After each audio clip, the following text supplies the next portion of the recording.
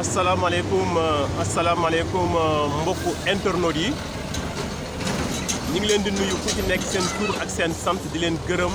yéen suñu internautes yi di ñu suivre de partout ñii ñi ngi Sénégal ñii ñi ngi ci diaspora bi Europe États-Unis fu nekk. donc ñu leen di gërëm gannaaw gërëm yi ak gannaaw cant gi comme ni ñu ko faral di defee. saa bu ñu wàccee ci terrain bi moo xam documentaire la ñuy def moo xam dañoo doxal benn client dañuy ñëw def benn présentation soit ñu wax ci benn thème wala ñu wax ci maanaam lu ñu tax a jóg. tey lu ñu tax a jóg lan la mooy ngir doxal ay service benn client pour ay papier délibération war a génn ñu ngi koy nuyu au passage bañ a tudd tur di ko wax ne ko. maanaam ñu ngi lay gërëm ci confiance bi nga xam ne def nañu ko yàlla xam ne mosuñoo gisee waaye àdduna confiance rek moo am solo mbokk yi fi ñu jàkkaarloo ku ko gis ñi xam yéen bu baax a baax yéen mu nekk à quelques kilomètres de Dakar di nga romb Diamniadio doog a dal ci yéen après yéen Tubaab Jalaaw fi ngeen di jàkkaarloo nii tey mooy fu ñuy wax mairie yéen commune yéen. boo leen gisee bâche yi ngeen di gis ak clôture yi dafa amoon xew-xew bu fi amoon ci plateau maire bi moo ko doon def moo tax mënuñu gis exactement maire yi mooy booy xool ci kaw antenne bi bâtiment bi ngeen di gis moom mooy li nga xam ne mooy commune bi. ñu ñëw tey rek ngir leen wax ne dañu fay ñëwoon pour doxali bi service benn client ndax lii moo ñu war képp ki nga xam ne man am na kóolute si ñun moo xam Sénégal la nekk moo xam Europe la nekk ak fu mu nekk ci Sénégal nañ ko doxal papier yam. moo xam dafa bëgg a lijjanti papier pour délibération moo xam dafa bëgg a lijjanti acte de vente moo xam dafa bëgg a saytu pour xool ndax terrain bi mu nar a jënd baax na am déet moo xam dafa bëgg a jël jóge délibération dem bàyyi moo xam yeneen service yi nga xam ne dañ koy def waxoon nañ leen ko tôt ou tard incha allah dinañu def ba tout pour wax leen ne service yi nga xam ne MTM IMO maanaam da koy doxal moo tax tey jii ñu ñëwoon. nee nañu nañu seq ak yéen benn waxtaan bu am solo gannaaw loolu di jéggalu ci décor bi rek waaye mënuñu def beneen décor te tey lii moo ñu intéressé mooy yéen mën nañ ko defee feneen waaye di jéggalu rek ci décor bi ñu fi fekk tey di ko jéggalu internautes yi waaye bu ñu sañoon bu ñuy filmer dina am paysage ba xam ne maanaam du dépayser ki nga xam ne mooy seetaan di jéggalu rek ci qualité bi ak wéetaay bi nga xam ne fii am na ko. ak di wétalu ko oto yi donc mbokk yi dañ ciy profité rek di def benn waxtaan bu am solo bee xam ne defoon nañ ko fi waaye dañ koy feddali tubaab ne la répétition est pédagogique waxaat du bëri wax tey jii dañu ñëwoon ak yéen di wax ci nan la ñuy jëndee terrain ci jëndin bu wóor defoon nañ fi waxtaan boobu mais dañ koy feddali pour gën a mën a leeral li nga xam ne mooy internautes yi surtout yéen ñi nekk Europe foofu rek mooy ubbi benn parenthèse leen wax ne MTM yemul ci conseil kese MTM dina jaay ay kër dina jaay ay terrain waaye terrain yooyu ak kër yooyu balaa ñu koo jaay ñun dañ koy gëstu ba mu leer fañ ko war a gëstoo conseil yi leen di jox loolu la ñuy appliquer pour mën a doog a jaay terrain ndax ku ne xam ne foncier au Sénégal dafa yëngatu moo tax ñu profité ci di waxtaan ak yéen ci comment acheter un terrain ba xam ne du am benn litige nan la ñuy jëndee terrain nga xam ne doo am litige ñu xam ne terrain boo koy jënd dafa am ñetti point yu am solo te ñetti point yooyu mu doon lu mat a bàyyi xel bi ci njëkk mooy booy jënd terrain dafa am da ngay njëkk a ñëw def lu ñuy wax vérification physique vérification administrative ak mutation ñett yooyu moo gën a am solo ci njëndum terrain balaa ngaa ne am naa terrain il faut ñett yi nga respecté ko ndax ku ne xam ne ni ma koy faral waxee million du téeméer million du juróomi dërëm kon donc balaa nga koo dugal fenn war nga mën a xam sa xaalis fi nga koy dugal fan la. mbokk yi bu nit ñu lee présenté leen ne damay jaay villa wala terrain sa premier réflexe lan la war a doon mooy na la yóbbu ci site bi boo fa mënul dem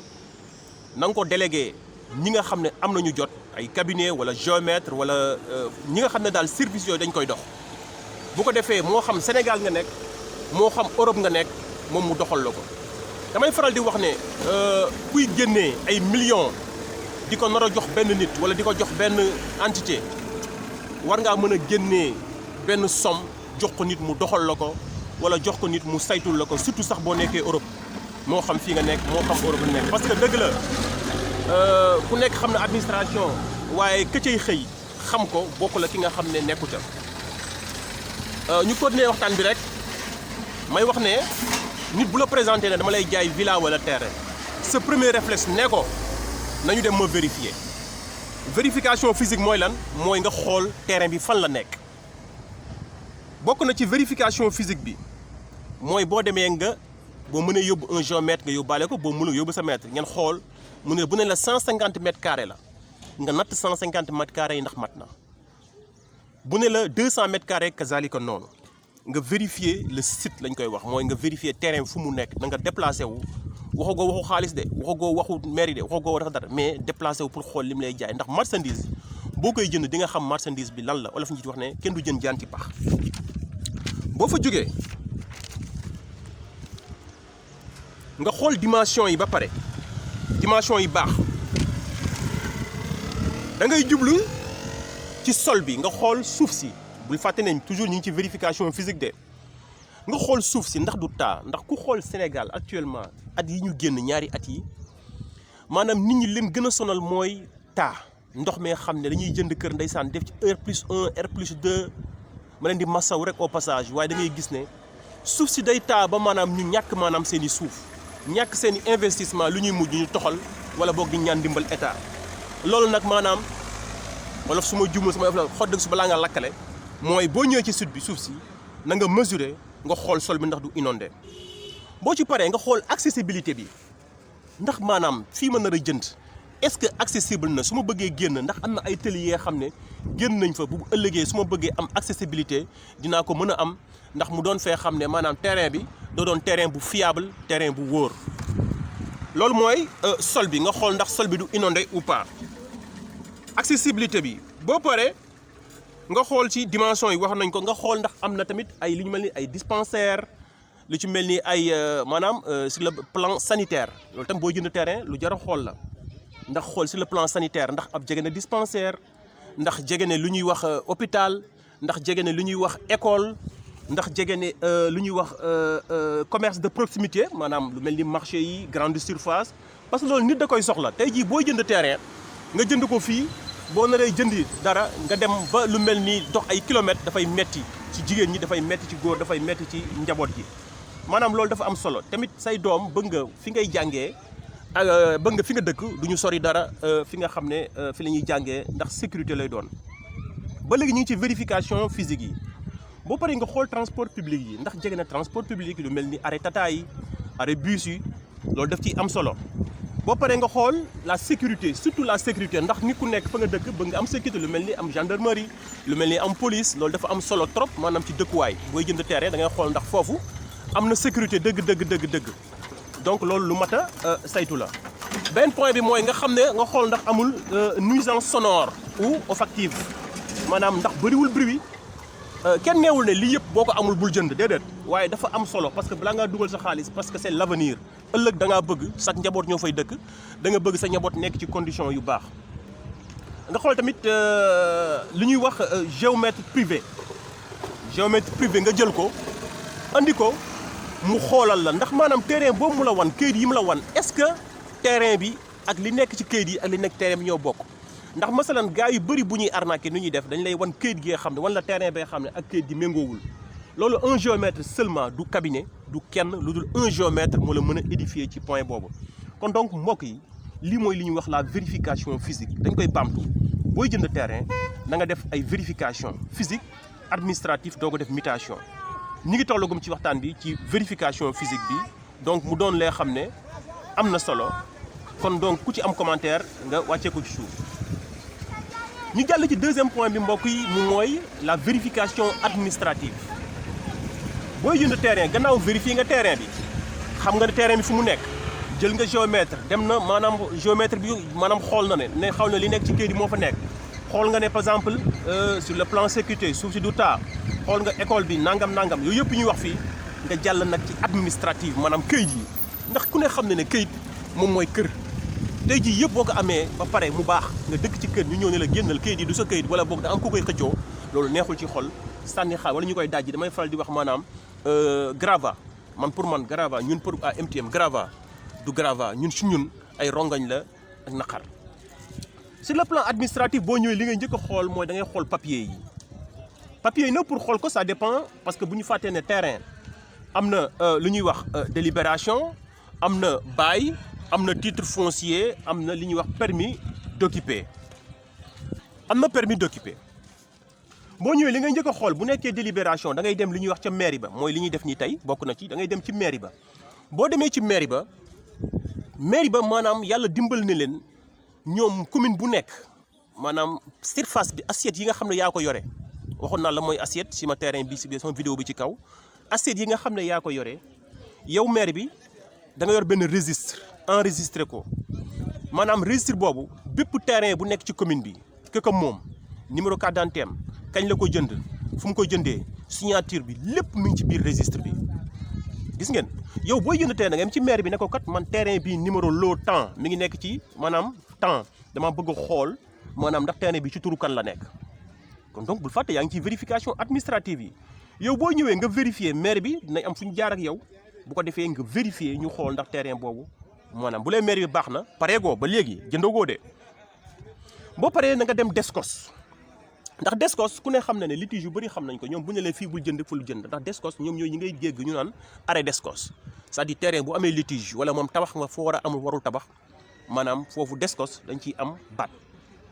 boo ci jógee DSCOS bu ne la baax na pareegoo ba léegi nga dem vérifier nga laaj ko ndax maanaam terrain bii villa bii kër gii nga laaj borom ki la ko bëgg a jaay mbaaru héritage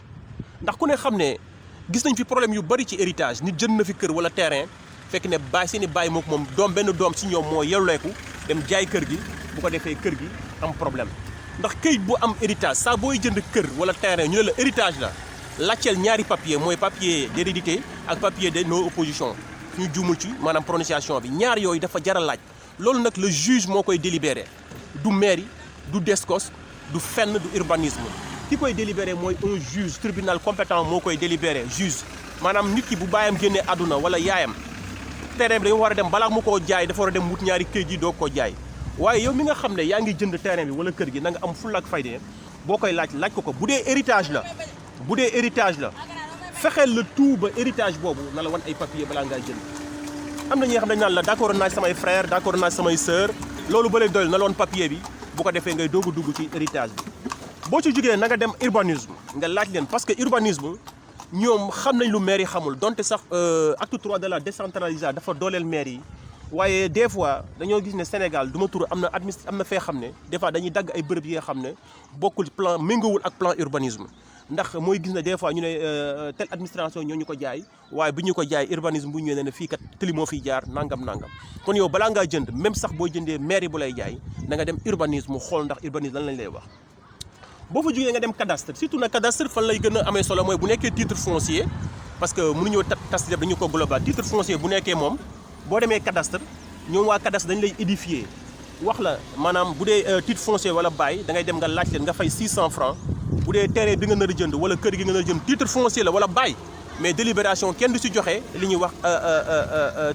comment dirais-je kayitu impôt boobu ñuy wax droit réel bu dee titre foncier ngay jënd wala bail demal nga fay 600 à 700 francs ci commune ci cadastre bi nga xam ne impôt domaine bi nga xam ne moom la concerné boo ko fay ñu jox la 48 heures ñu jox la li nga xam ne mooy droit réel boobu mooy wane lan mooy wane ne terrain bi ci turu diw la nekkee mooy wane ne titre foncier bi ne la jaay diw moo ko moom moo lay wane ne titre foncier bi ne la jaay amul hypothèque maanaam kenn gagé wu ko kenn taylawu ko banque wala kenn jaayu ko keneen et cetera loolu yëpp titre foncier bi moo la ko mën a li ñuy wax les charges titre foncier bi moo la ko mën a édifier boo jógee cadastre nga xool ndax est-ce que maanaam xëy na dañuy wax ne urbanisme validé na ko ou pas boo jógee si yooyu yëpp nga doyloo yàlla woo waa ji bu ko defee ngeen def transaction bi bu nekkee délibération bi na ngeen ko defee këram baax na moo ngi defee ci chef de quartier bi baax na bu ko defee yow lii yëpp maanaam néew na nit def maanaam démarche yi yëpp te amul li nga xam ne mooy terrain bu dëgër maanaam lii ku ko def nga li la war sa xaalis sécuriser nga ko sécuriser nga sa investissement waaye li ñu gis si nit ñi léegi mooy dañuy dem yàkkamti lii duñ ko def duñ ko vérifier bu ngeen ko mënul vérifier ngeen ñëw ci service bu compétent bu mel ni cabinet bi ñun dañ koy def boo bëggee jënd terrain ñun mën nañ la vérifier te ñun suñu terrain yi nga xam dañ koy jaay yëpp dañ koy vérifier dañuy jaar ci jaaruwaay bi yëpp bu ko defee balaa ñu koo jaay nañ xam ne ñun en tout cas ni la ñuy jaayee terrain ñun waa MTM Immo balaa ñoo jaay terrain ni lañ koy jaayee terrain yàkkamti wuñu di ñaan ñëpp ñi nga xam ne internautes yi ñu ngi ñuy déglu boo leen di jëndati terrain wala ngeen koy jëndal nit fexe leen ba jaaruwaay yi ngeen ko jaar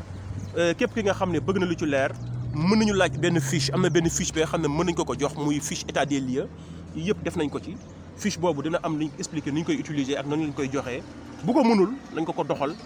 fiche bi envoyé ko moo xam Europe la nekk moo xam Sénégal la nekk moo xam États-Unis la nekk fu mu mënti nekk ci monde bi mën nañ ko envoyé fiche bi avant moo jënd bu ñu paree nag ñu dem ci lu ñuy wax boo jëndee pare ñuy wax mutation bu ñuy wax mutation mooy maanaam terrain bi jënd ko ba pare da ngeen di ànd nga jënd ko ci turam bu nekkee titre foncier wala bail li nga xam ne mooy ki koy def moom mooy notaire bi waaye bu nekkee délibération yéen da ngeen di dem ci registre ba maanaam nga fay li ngay fay ça dépend ci communes yi bokkul am na ñuy fay 100 000 200 000 ça dépend ci commune bu mu nekk bu ko defee nga fay maanaam ñu dindi ko ci turam moom def ko sa tur da ngeen di ànd wala nga jël carte d'identité am ngeen ànd wala nga jël cabinet bu la koy defal ñun am na ñu koy defal franchement bu ko defee ñu dindi ko ci turam def ko sa tur tant que defaguñ ko nag malgré li nga vérifié malgré xaalis bi nga joxe amagoo terrain balaa nga koo am defal vérification physique administrative muté ko boo ko muté ba pare am nga terrain kon donc di doyloo yàlla donc lii moo nekkoon li nga xam ne dañ ne woon waa MTM dañ ko séddoo ak yéen ñi ngi yéen dañoo ñëwoon pour vérifier benn client di ko doxal ñi ngi jógee Dakar ñi ngi delluwaat sur Dakar ñu ne nañ ci profité defal leen benn vidéo comment acheter un terrain ba xam ne du am benn problème di gërëm ñëpp di gërëm suñu internautes yi di jégalu ci vidéo bi gudd bi leen wax ngeen abonné ci suuf ba ci cloche bi bu ko defee suñu prochaine vidéo yi di ngeen ko mën a am di leen jaajëfal jox commentaire yi nag ñu ngi koy xaar seen i commentaire seen i xalaat ak seen i suggestion